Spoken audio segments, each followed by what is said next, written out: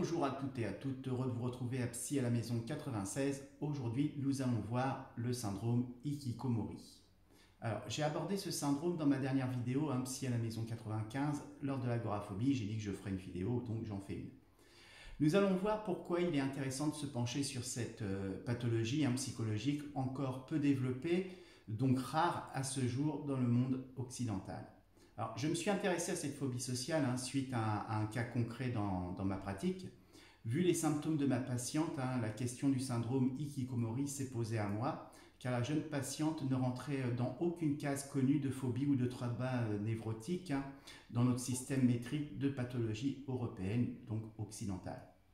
Elle souffrait d'une grande anxiété sociale par la destruction des structures sociales, environnementale par la destruction de l'environnement terrestre, qui la force à ne plus pouvoir travailler, sortir de chez elle, ne plus vouloir côtoyer sa famille, ses amis, etc., avec un état mélancolique profond et une décompensation avérée. Donc elle était dans une grande souffrance et enfermée chez elle.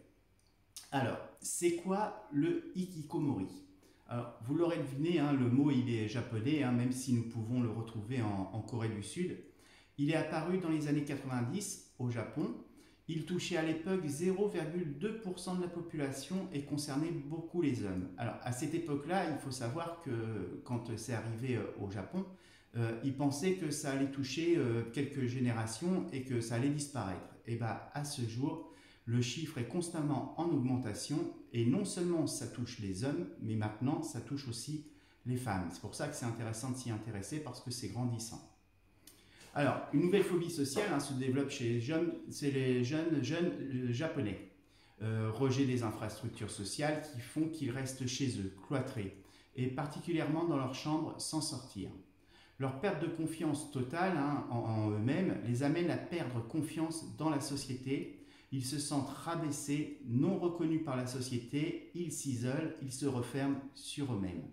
Alors, les causes de ce syndrome, parce qu'il y en a plusieurs.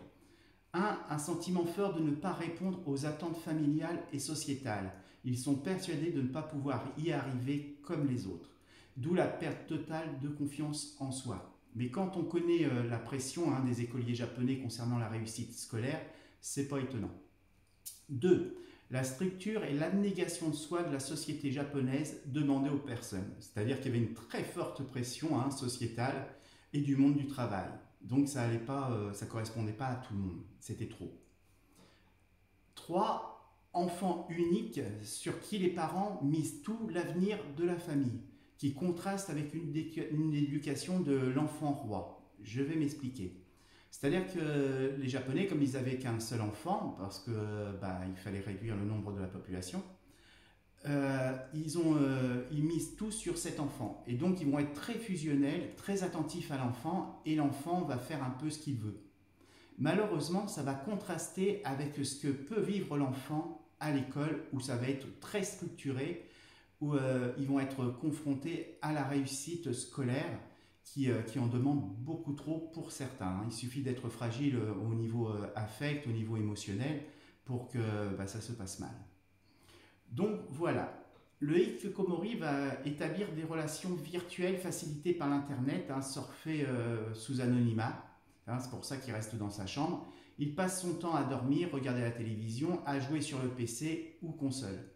Donc reste actif, mais dans sa bulle, ce qui le sécurise sans le rassurer pour autant. C'est-à-dire qu'il va se créer son monde et ils ne vont pas en sortir, et ils ne veulent pas en sortir. Attention, ils ne sont pas dépressifs.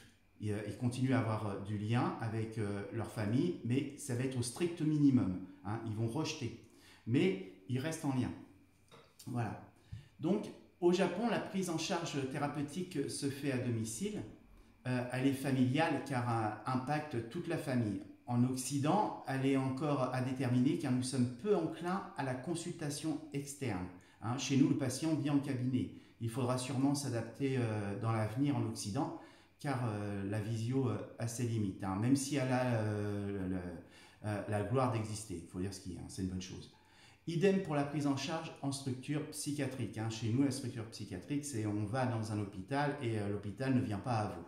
Bon, c'est ce qui différencie la France et puis le Japon, puisqu'il il n'y a pas les mêmes structures, il n'a pas la même prise en charge. Donc il va falloir que nous, on s'adapte à ça parce que ces gens-là ne sortent pas de leur chambre, de chez eux. À savoir, le syndrome Hikikomori est pour nous en Occident rattaché à la phobie sociale ou le retrait social. Il est différent de l'agoraphobie ou de la claustrophobie. Ce n'est pas une question d'avoir peur de la foule, d'avoir peur des grands espaces ou des espaces confinés, etc. Pas du tout. Ça n'a rien à voir. Même si le mécanisme de défense, d'évitement, il est présent, l'objet de la peur irrationnelle ressentie est tout autre. C'est-à-dire que ça ne se porte pas du tout sur la même symbolique. Donc c'est pour ça que c'est différent et qu'il ne faut pas confondre. Alors pourquoi il faut s'intéresser à ce symptôme en Occident ? Le système métrique va faire que la maladie va s'adapter à notre société, notre civilisation culturelle, religieuse, et donc s'exprimer différemment pour aboutir aux mêmes conséquences d'isolement et de phobie sociale. Voilà. Nos systèmes de vie sociétale occidentale actuels mettent de plus en plus la pression sur l'individu. Culture de la réussite scolaire, professionnelle, familiale. L'uniformisation de la société ne laisse plus de place à l'unicité de l'individu, et cela malgré nous. Se rajoute l'éco-anxiété. Alors je ferai prochainement une vidéo sur l'éco-anxiété parce que c'est quelque chose aussi qui est nouveau et qui arrive et qui amène pas mal de pathologies et de symptômes. Donc l'éco-anxiété, le système financier, environnemental, social qui s'effondre, changement civilisationnel, c'est ce qu'on est en train de vivre actuellement.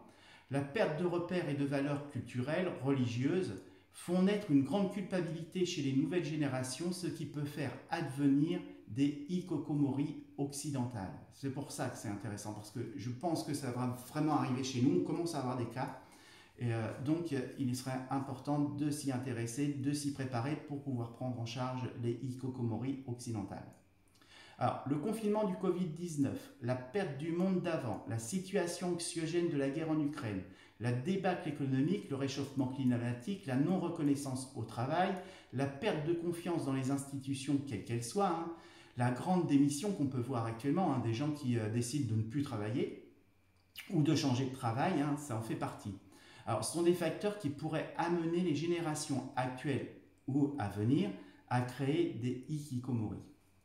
Donc ça, c'est vraiment ce que je ressens, ce que je vois, ce que je perçois, à savoir que des hikikomori, on commence à en avoir en France, on commence à en avoir en Espagne, et on a quelques cas aussi en Italie. Donc ça arrive, donc il faut qu'on soit prêt à ça. Alors, vous comprendrez bien que ce qui se passe actuellement amène de nouveaux symptômes, et ce symptôme-là, on va l'avoir, j'en suis persuadé, et je commence déjà à le rencontrer. Voilà, donc intéressez-vous à ça. Alors, il n'y a pas au niveau recherche, il y a beaucoup de livres qui sont traduits du japonais. Il y a aussi des mangas qui traitent de la chose, des vidéos, des films, mais c'est toujours, ça vient toujours du Japon. Il y a quelques auteurs français qui commencent à s'y intéresser, à travailler dessus. Il y a des psychologues, des psychiatres, des pédopsychiatres qui commencent à prendre connaissance de ça et à travailler dessus. C'est une bonne chose. Mais on n'a pas encore énormément d'ouvrages parce qu'on n'a pas encore énormément d'expérience, ce qui ne nous empêche pas de nous préparer à la chose. Voilà, j'espère que cette vidéo vous en aura appris un peu plus sur l'hikikomori. J'espère que vous allez bien, que la rentrée se passe bien pour vous, et on lâche rien, jamais. Donc je vous remercie, prenez bien soin de vous et de vos proches. À bientôt, au revoir.